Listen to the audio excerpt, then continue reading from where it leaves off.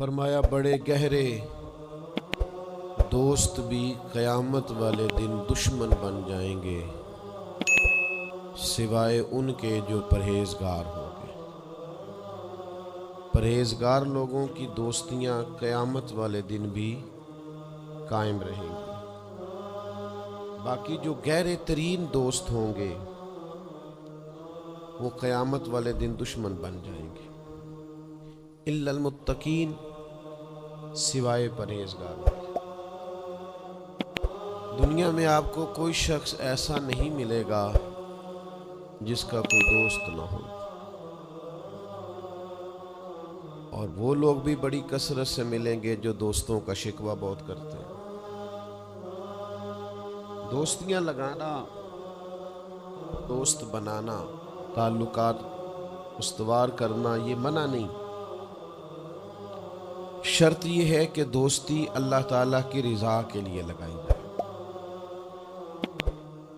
ہمارے ہاں جتنی تیزی کے ساتھ دوستیاں لگتی ہیں اس سے زیادہ تیزی کے ساتھ دوستیاں ٹوٹ جاتی ہیں۔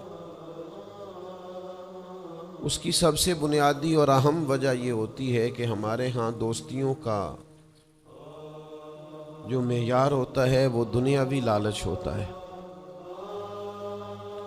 ہم اپنے مخصوص مفادات کی خاطر دوستی لگاتے ہیں، اور جب تک ہمارا وہ مفاد پورا ہوتا ہے تب تک تو ہم اس دوستی کو قائم رکھتے ہیں، اور جہاں ہم محسوس کرتے ہیں کہ اب یہ مفاد پورا نہیں ہو رہا وہاں ہم شکوہ، شکایتیں، اعتراضات شروع کر دیتے ہیں، اور اس کا نتیجہ یہ نکلتا ہے کہ بڑی محبت سے شروع ہونے والی دوستی بھی بڑی تیزی سے ٹوٹ جاتی۔ تو میرے بھائیوں یاد رکھیے گا کہ دوستی اور تعلق قائم رکھنے کے لیے سب سے اہم اور سب سے بنیادی ضرورت یہ ہے کہ دوستی محض اللہ کی رضا کے لیے لگائی جائے۔ اللہ کے پیارے حبیب صلی اللہ تعالی علیہ وسلم بیان فرماتے ہیں، حضور فرماتے ہیں قیامت والے دن اللہ کی بارگاہ سے یہ اعلان ہوگا کہ کہاں ہیں وہ لوگ جو میری رضا کے لیے آپس میں محبت کیا کرتے تھے۔ رب فرمائے گا جب آج میرے عرش کے سائے کے علاوہ کوئی سایہ نہیں ہے تو میں انہیں اپنے عرش کا سایہ عطا کروں گا، کیونکہ وہ میری رضا کے لیے آپس میں دوستی کرتے، میری رضا کے لیے انہوں نے آپس میں محبت کی۔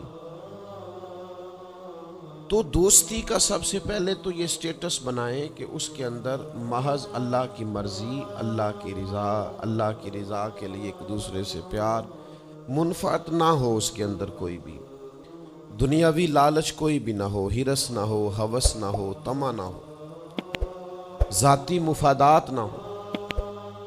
جب ان سے بالاتر ہو کر لوگ دوستیاں لگاتے ہیں تو وہ دوستیاں قائم رہتی ہیں۔ اللہ کے پیارے محبوب صلی اللہ تعالی علیہ وسلم نے فرمایا قیامت والے دن کچھ لوگ ایسے ہوں گے جن پر انبیاء اور اولیاء رشک کریں گے، ان کے چہرے 14ویں رات کی طرح چمک رہے ہوں گے، انہیں نور کے ممبروں پہ بٹھایا جائے گا۔ یا رسول اللہ اتنی فضیلت ان لوگوں کو حاصل ہے، یہ کون لوگ ہیں؟ تو حضور فرماتے ہیں یہ وہ لوگ تھے جو جس سے بھی دوستی لگاتے تھے، پیار کرتے تھے، محض اللہ کی رضا کے لیے کرتے۔ تو اللہ تعالیٰ صبح قیامت انہیں اعزازات سے نوازے گا، شرف سے نوازے گا، فضیلت سے نوازے گا۔ دوسری بات یہ ہے کہ دوستی کب قائم رہتی ہے؟ دوستی تب قائم رہتی ہے جب ہم دوستوں سے زیادہ امیدیں نہ لگائیں، انسانوں کو انسان ہی سمجھیں، ان سے بہت لمبی اور وسیع امیدیں لگا لینا اور بڑے وسیع مطالبات کرنا اور بڑی لمبی چوڑے تقاضے دوستوں سے کرنا۔ میں اکثر دوستوں کی خدمت میں یہ گزارش کیا کرتا ہوں کہ اپنے دوستوں سے کوئی مطالبہ کر کے انہیں آزمائش میں نہ ڈالو۔ تم نے اپنے ہی دوست کو لا کر پل صراط پہ کھڑا کر دیا ہے، بیچارہ اس طرف جائے کہ اس طرف جائے۔ ان سے کوئی ایسا مطالبہ کرنا جو ان کی پہنچ سے باہر ہو، ان کی حیثیت سے بڑھ کر ہو، ان کی طاقت سے زیادہ ہو، تو اس کا مطلب یہ ہے کہ آپ نے اپنی دوستی کو خود آزمائش میں ڈال دیا ہے۔ آپ اتنے لمبے چوڑے تقاضے نہ کریں، آپ محدود سا لوگوں کے ساتھ تعلق بنائیں. وہ جی میں اس کے اتنا کام آیا ہوں تو اب اس کو اس سے ڈبل آنا چاہیے. تو آپ نے دوستی کی نہیں, آپ نے تو تجارت کی. اگر آپ کی محبت ہوتی تو پھر تو آپ کا انداز اور ہوتا. جب تیرا حکم ملا ترک محبت کر دی, دل مگر اس قدر تڑپا کہ قیامت کر دی. تو یاد رکھیے گا کہ آپ حکم جب آ گیا, جب آپ محسوس کریں تو اس وقت پھر آپ اس چیز کو سمجھ جائیں. تو دوستیوں کو کبھی بھی آپ کٹہرے میں کھڑا نہ کریں, تعلقات کو کبھی بھی آزمائش کی بھیٹ نہ چڑھائیں. اس طرح کا ماحول نہ بنائیں جس میں آزمائش پیدا ہو, جس میں تکلیف بڑھ جائے, جس میں کرب کا احساس سامنے والے کو ستائے. کوشش کریں گنجائش رہے ماحول کے اندر, آسانی رہے, وسعت رہے. تیسری بات یہ ہے کہ اگر آپ محسوس کرتے ہیں کہ دوستی کو چلانا ہے تو پھر صرف اسی چیز کو نہ یاد رکھیں جو چیز آپ کو آج میسر آ رہی ہے اور آج آپ کو انکار ہو رہا ہے. اس سے پہلے جو دوستوں نے بڑی وفائیں کی ہیں وہ بھی تو یاد رکھے نا. ہمارا یہ ماحول ہوتا ہے کسی بندے نے 99 دفعہ نیکی کی ہے, ایک دفعہ انکار کیا, تو ہمیں ایک دفعہ کا انکار تو یاد رہتا ہے لیکن 99 نیکیاں یاد نہیں رہتی. یہ بہت بڑی زیادتی ہے. آپ کو اگر اتنی لمبی چوڑی اس کی نیکیاں فراموش کرنے میں 1 منٹ نہیں لگا تو پھر آپ نے دوستی کس مقصد کے لیے لگائی تھی؟ آپ اس کو سمجھیں, اس کو آپ محسوس کریں. تو میں نے یہ دیکھا ہے زندگی میں کہ لوگ چاہتے ہیں کہ روز ان کا مطالبہ پورا کیا جائے, روز ان کا مطالبہ پورا. ہمارے ایک دوست تھے, بزرگ تھے, تو وہ سلسلہ طریقت کو چلاتے تھے. خانقاہ نظام کو, نظم کو لے کے چلنا مشکل ہوتا ہے. تو ان کے ایک مرید نے شکوہ کیا. اس نے کہا کہ حضرت پہلے آپ بڑا وقت دیتے تھے, اب آپ ٹائم نہیں دیتے. تو فرمانے لگے پہلے میرے بچے 1-2 تھے, اب درجنوں میں ہو گئے. اب وقت بٹ کے ملے گا نا. والد پہلے ایک پر توجہ دیتا ہے, بچے 4 ہو جائیں تو ٹائم تقسیم. بات کی سمجھ آ رہی ہے؟ تو وقت تقسیم ہو کے ملے گا نا جب بچے بڑھ جاتے ہیں. اور فرمانے لگے ابھی تو میرے سمجھ لو 10-15 بچے ہیں, تو جب پوتے نواسے نواسیاں ہو گئے تو یہ اور زیادہ بٹ جائے گا, پھر اس میں اور زیادہ تقسیم کار ہو جائے گی. تو پھر اس طرح کر کے ماحول میں تقسیم ہو جاتی, اور یہ ہوتا ہے. یہ ایک صورت ہے. آپ دیکھیے نا, کبھی ایسا بھی ٹائم تھا حجر اسود پر کہ اس کو ہاتھ لگا کے آپ چوم لیتے تھے, اور ڈھیروں وقت صحابہ اس پر چہرے رکھ کے رویا کرتے تھے. پھر ایسا وقت آیا کہ چھڑی لگا لو بھائی, چھڑی لگا کے پیچھے ہٹ جاؤ. اور اب ایسا ٹائم ہے کہ آپ دور سے استلام کر لیں. اب اگر آپ کہیں کہ مسلمان دیکھو جی حجر اسود کو تو ہاتھ لگانے کا موقع ہی نہیں مل رہا, تو بھئی نبی پاک نے تو فرمایا میں قیامت والے دن کثرت امت پر فخر کروں گا کہ میری امت زیادہ ہے. تو یہ تو تعداد کا بڑھنا, یہ تو کثرت کا ہونا, یہ تو باعث ناز اس کو سرکار نے کہا. اب آپ دائروں میں محدود کرنا چاہتے ہیں, آپ اس طرح کا ماحول بنانا چاہتے ہیں کہ کوئی شخص مقید ہو جائے, وہ اس دائرے سے باہر نہ نکلے, تو یہ تو بات درست نہیں ہے.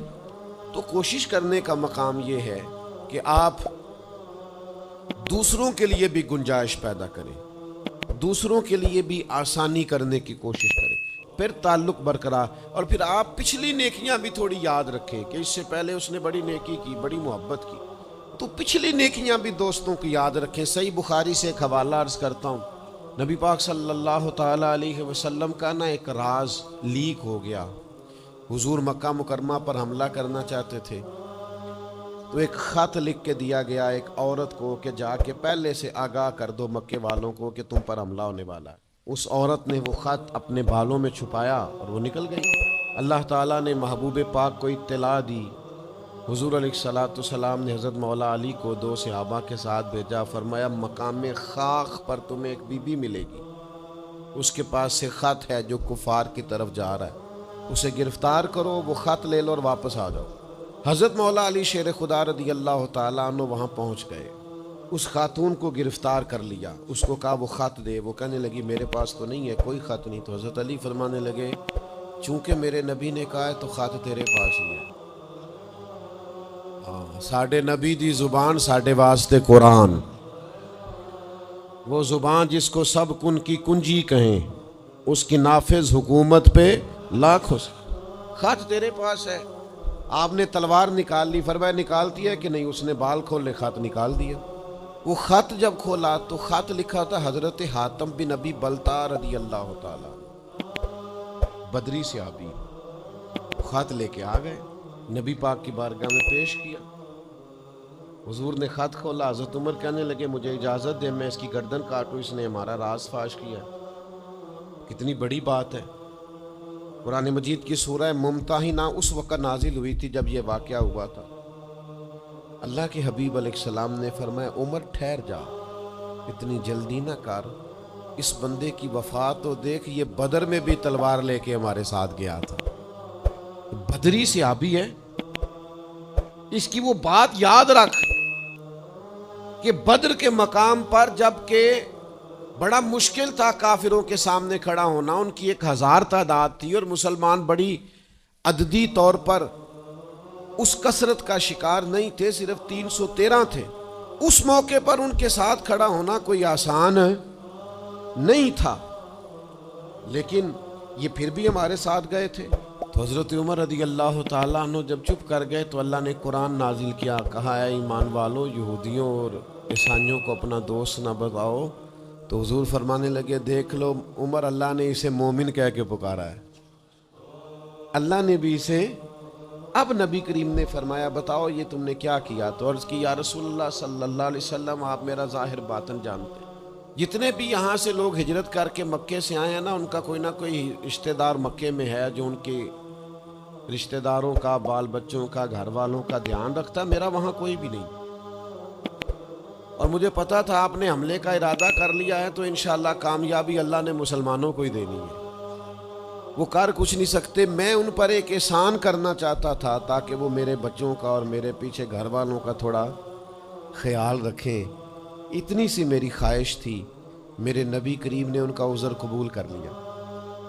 فرمایا ٹھیک ہے, آپ جو کہہ رہے ہیں بات ایسے ہی ہے, آپ کو اسلام کو نقصان نہیں پہنچانا چاہتے. آپ یہ چاہتے تھے کہ کوئی ایک نیکی ان پہ کر دی جائے تاکہ وہ آپ کے. تو اتنی بڑی بظاہر بات تھی لیکن حضور نے قبول کر لی. معنی کیا ہے کہ دوستوں کی پچھلی نیکیاں بھی یاد رکھنی چاہیے, ان کی پچھلی بھی خوبیوں اور پچھلے بھی معاملات کو تھوڑا یاد رکھنا چاہیے. ہم کیا کرتے ہیں, ہم کہتے ہیں جی اب وہ یہ نہیں کر رہا, بھئی تب کر رہا تھا نا تو تب کی یاد کر لو, تب کی یاد رکھ لو, اس وقت کی آپ خیال کر لیں. ہم کیا کرتے ہیں, ہم 99 دفعہ کسی نے نیکی کی ہے تو ہم کہتے ہیں 100/100 چاہیے. آج بھی یہ کرے گا تو پھر تو قابل قبول ہے. تو اس سے کیا ہوتا ہے, اس سے تکلف پیدا ہوتا ہے. ایک آدمی روز کیسے نیکی کر سکتا ہے؟ چوتھی بات یہ ہے, اگر ہم چاہتے ہیں دوستیاں نبھیں تو اسلام کا ایک حسن ہے کہ اسلام دین اعتدال ہے. اسلام کہتا ہے چلو ہی ذرا معتدل ہو کے, پہلے ہی ذرا تھوڑا سا احتیاط سے چلو. ہم جب کسی بندے کے اوپر فدا ہوتے ہیں تو پھر پورے ہی فدا ہوتے ہیں. پھر تو جناب یہ بھی تیرا ہے, یہ بھی تیرا ہے, یہ بھی تیرا ہے. اور پھر جب بعد میں لڑائی ہوتی ہے تو چائے کی پیالیوں کا بھی حساب کرتے ہیں کہ وہ جو وہاں جاتے ہوئے چائے پی تھی نا, اس کے پیسے بھی میں نے دیے تھے, لہذا وہ بھی میرے بنتے ہیں, واپس کر. کورے ورک کتاب نہیں ہوندے, پتھر دل گلاب نہیں ہوندے, اور سجنا پہلوں ہی سوچ کے لائیں پھر یاراں نال حساب نہیں ہوندے. آپ سوچ سمجھ کے دوستی لگائیں, تعلقات کو سوچ سمجھ کے لے کے آگے چلیں. نبی پاک صلی اللہ علیہ وسلم نے فرمایا وقفے سے ملا کرو محبت بڑھتی ہے. تھوڑا نا وقفے سے ملا کرو, اس سے محبت بڑھے گی. یہ جو بہت وارفتگی ہے نا, بہت وارفتگی ہے, بہت جوش ہے, تو اس کا نتیجہ یہ نکلتا ہے کہ جتنی زور سے گیند دیوار سے لگتی ہے پھر اتنی زور سے ہی گیند واپس آتی ہے, اس کے نتائج ٹھیک نہیں نکلتے. عرض یہ کرنا چاہتا ہوں کہ اعتدال میں رہیں, معتدل رہیں, آپ اس حد سے تجاوز ہی نہ کریں. میرے پاس یہاں ایک دوست آئے تو مجھے کہنے لگے جی میرا دوست بڑا اچھا تھا, بڑا نائس تھا, بڑا بہترین تھا, بڑا پیارا تھا, میرے ایک دوسرے دوست نے اسے خراب کر دیا. تو میں نے کہا وہ دوسرا دوست میں سمجھا نہیں. کہنے لگے یہ میرا پرانا دوست تھا جس نے اسے خراب کیا, اور جسے کیا وہ نیا تھا 2-4 سال. اس کی میں نے دوستی لگائی تھی, اب وہ دونوں ڈائریکٹ ہو گئے اور مجھے انہوں نے بیچ میں سے نکال دیا ہے. تو میں نے کہا یہ تو اکثر ہوتا ہے, پہلی دفعہ تو نہیں ہوا, اس طرح تو ڈھیر دفعہ ہوتا ہے.